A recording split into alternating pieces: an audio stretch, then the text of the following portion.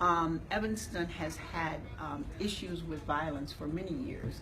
I believe there was in 1984, there was a report done on gangs by a professor at Northwestern, his name is escaping me right now, that showed that was the first inkling of gangs in Evanston, so gangs, drugs, you know, that kind of thing, and always that is part of the issue that begins to take control of a neighborhood. As I said, there was a lot of pride, you know, in terms of being an Evanstonian and owning your own home and moving, you know, with that. That began to change in terms of when the big box stores and things came in, and so the little mom and pop stores, you know, sort of ran out of business, and things began to change. So you begin to see the changes really in the 60s and the 70s and the 80s, and then you got a lot of different people, because everybody, you knew everyone, at least in the black community, everybody knew everyone, and there was always a family connection.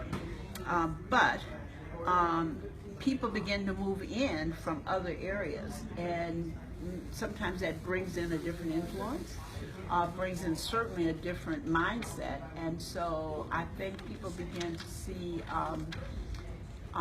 things were not so suburban anymore.